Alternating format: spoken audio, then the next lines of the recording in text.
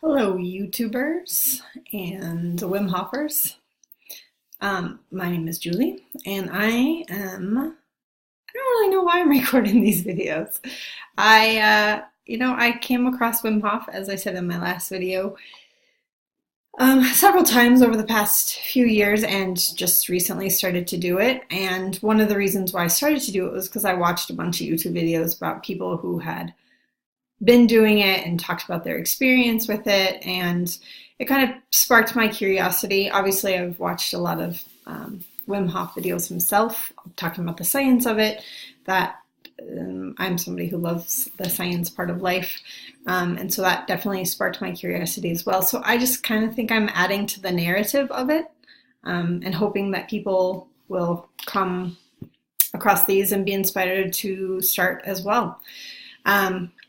So this was my week 2. Week 2 for me was way harder than week 1.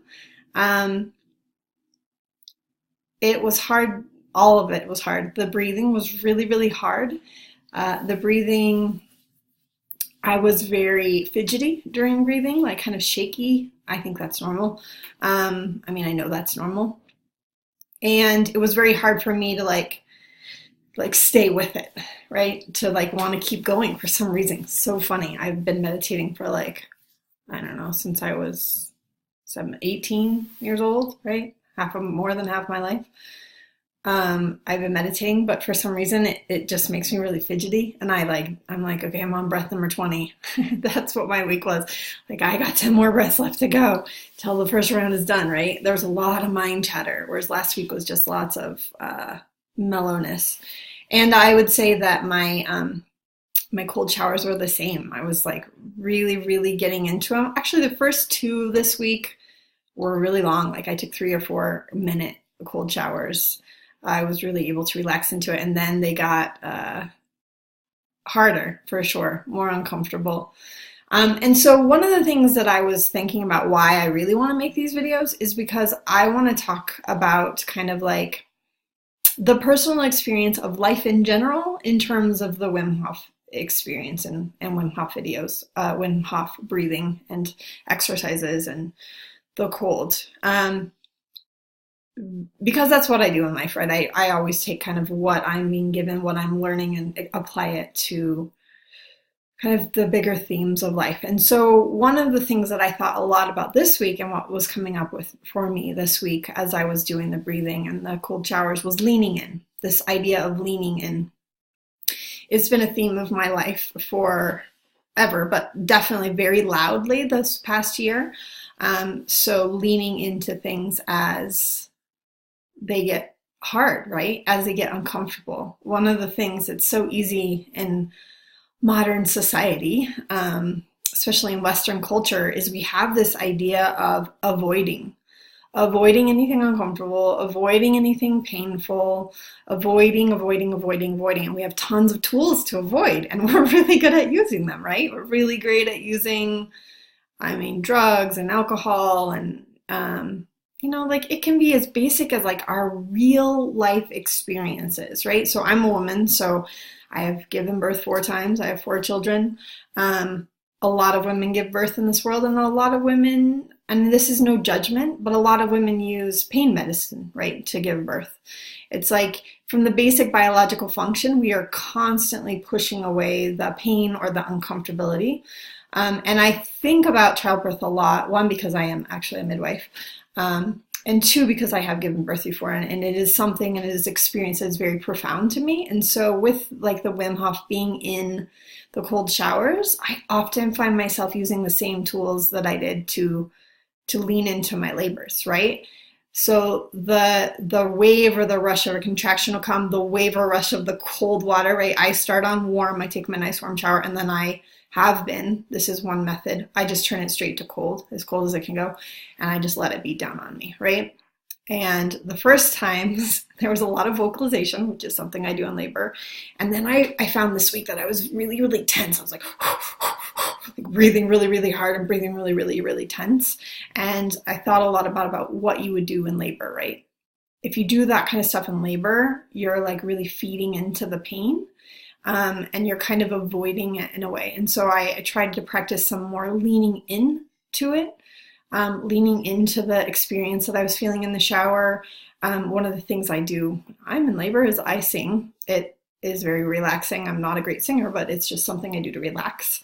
And so I started singing. And then what I found was as I sang and like went into the painful experience or the discomfort that I was feeling from the shower, I started laughing. I was laughing at myself singing because I was singing something very silly, but I did. I started laughing. And that laughter obviously releases, amazing hormones and makes you feel good. And I was like, oh my God, it's been three minutes and I've been in this freezing cold shower. Whereas before I was like really resisting and like kind of counting down the seconds to like accomplish this thing, right? And so I kind of used this last week as more of not of a conquering or like, I think a lot of the videos I see are like, seem to me to be people that are conquering something inside, which is great. Like that's super great for them. That doesn't work for me. When I was going about it that way, it wasn't feeling like it just wasn't feeling like me, right? So I used it more as a opportunity to lean into this discomfort, and like when I meet the discomfort and lean into it, it tends to melt away, right? It's sometimes like a big eruption will happen, like in breathing, especially like I'll just get like really twitchy and uncomfortable. Some thoughts will go through my head, really, not super lovely thoughts. And then as I lean into that, and I like consciously relax my shoulders and my neck. And when I'm sitting in the space in between, some people call it holding their breath. I don't feel like I'm holding my breath. Maybe I'm doing it wrong. I've only been doing it 2 weeks. I don't hold my breath. I just sit in the space between the last breath and before I take in. And so as I'm sitting in that space in between, I really lean into it and consciously I talk to my lungs. I'm like, okay, now relax, lungs. And I feel them like relaxing, and I relax my neck, and there I am in that space. And I find a lot of beauty in that space, in between the breath, right? There's a child psychologist, I can't remember her name, but she has some mindfulness techniques called still quiet place. And so I find that is my still quiet place, the space in between the breaths. For a while, I was using like the retention times and things like that. I let that all go very quickly because I don't really care. I can tell if it's very short or very long. There was 2 or 3 days that I did it. I was getting up to 2.5 minutes, but it made me think about things, and it didn't make it into this experience. And for me personally, I feel like why I love this method is because it's very connecting, right? It connects me to my body. It connects me to discomfort. It connects me to the reality of who I am as a human being in the world, and that humans, we experience a lot of discomfort in life.